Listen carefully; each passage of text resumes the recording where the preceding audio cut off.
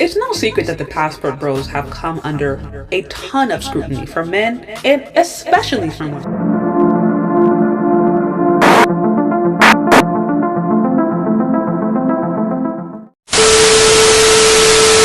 One of the things that I did not recognize was that while passport bros are being accused of being just belligerent, degenerate, leftover sex tourists, it's no secret that the passport bros have come under a ton of scrutiny from men and especially from women. But one of the things that I did not recognize was that while passport bros are being accused of being just belligerent, degenerate, leftover sex tourists, not only are these women doing the same thing, they're probably doing it so much more. There was a book by Bianca C. Williams called The Pursuit of Happiness.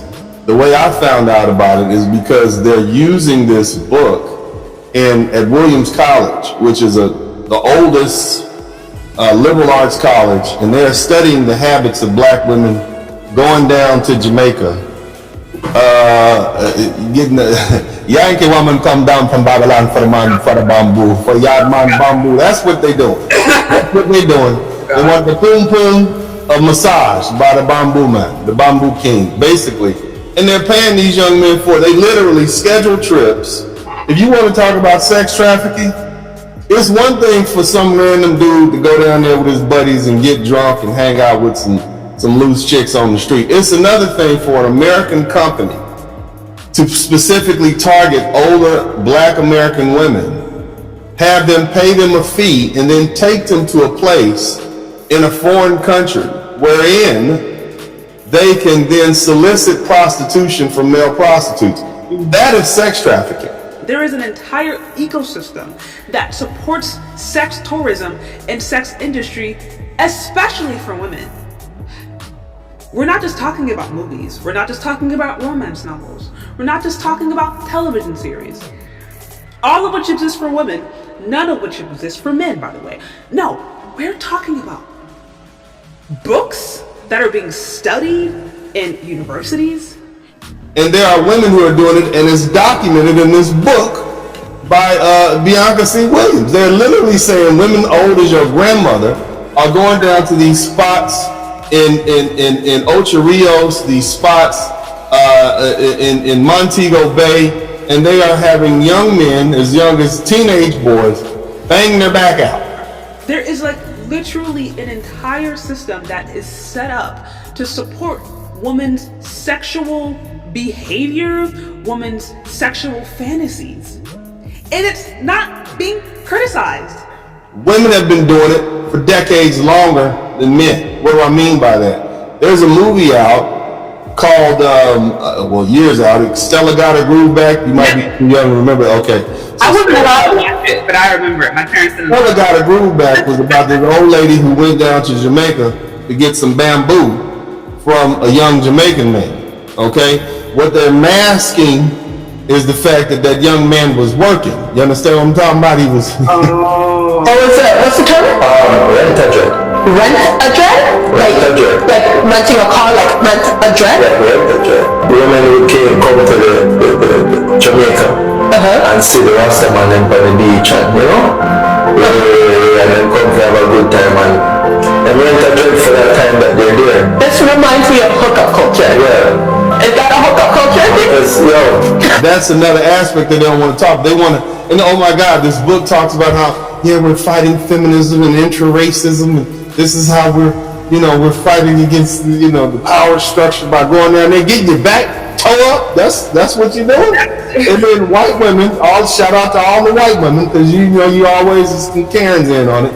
It's gotten so bad, they've been going to the Gambia. It's so bad now, the government is now cracking down on these women going to the Gambia, enticing these young people. They got videos out about this. So, this is probably calling the kettle black, but humans will be humans. But either way, that's what I got to say about that.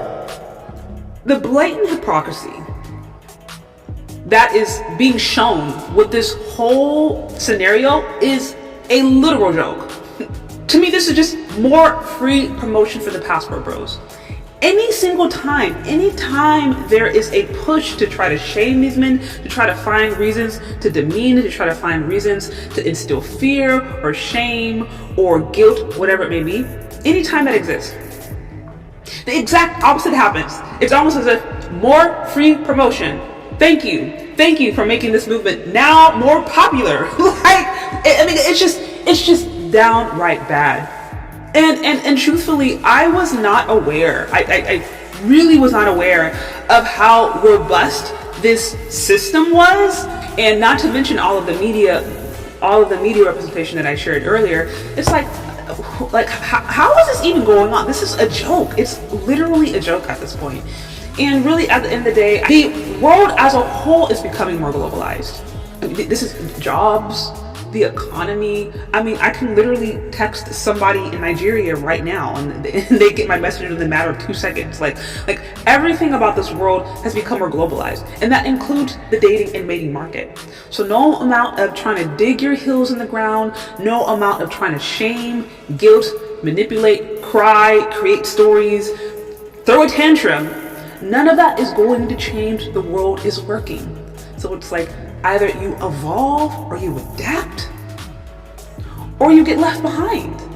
But really, truly, I think the biggest complaint and the real issue going on is because women are now painfully aware that they're going to have to step up to the game. That they're not gonna get by just doing half-hearted things. They're not going to get by just offering pennies and expecting millions in return. They're not going to get by with just their bad behavior anymore. They're actually going to have to put in the work. And I think something about that enrages and bothers and infuriates women who were told that they're the prize and all they have to do is just be. That they are the table. They don't need to bring anything to the relationship, and Prince Charming will come. You have a woman who grew up hearing this.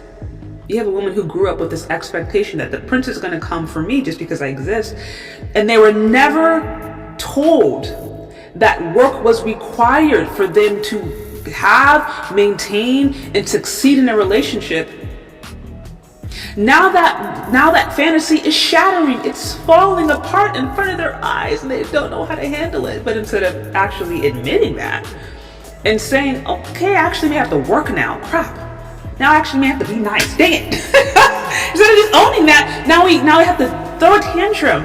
And the tantrum isn't gonna work. If anything, it's just going to make it worse. It's going to make these men say, see, this is exactly why we are leaving. We want nothing to do with these personalities and with this gaming and with this shaming and with this guilting. This is why we are leaving. So it's like, to me, it's really easy. If you are a good woman, you will have no problem finding a good man. If anything, you will stand out like a sore thumb in this Tatiana culture. If you are a good woman, you will stand out. So this should not concern you. This should not bother you at all. Because good women usually get picked up pretty easy, especially if they're making themselves available. This is really, to me, a sign to the women who said they don't need men. This is really, to me, a sign to toxic women out there. That their toxicity is not going to be put up with. And we can go around and say that these men are just, they don't know how to get along. They don't like strong women. They don't like independent women. They don't like women with educations. We can go and say all we want and try to shame them. But at the end of the day, we would not be concerned about men that we didn't care about. And even though we are using all these terms like leftover men, that they are fat and they are ugly and they have bad relationship skills, even though we are saying all these things to try to disparage them, nobody is paying this much attention to somebody they don't care about. So everybody knows this cat. Just keep it a buck. And I think just telling yourself, let's take a deep breath, ladies, just needs to be a level of acceptance. At the end of the day, these men are going to do what they want to do. So You're gonna have to work, or you're gonna have to compete, which, by the way, you should be doing already to begin with. You should already be putting yourself in a position to work on yourself and to learn how to get along in a relationship. So that shouldn't be an issue.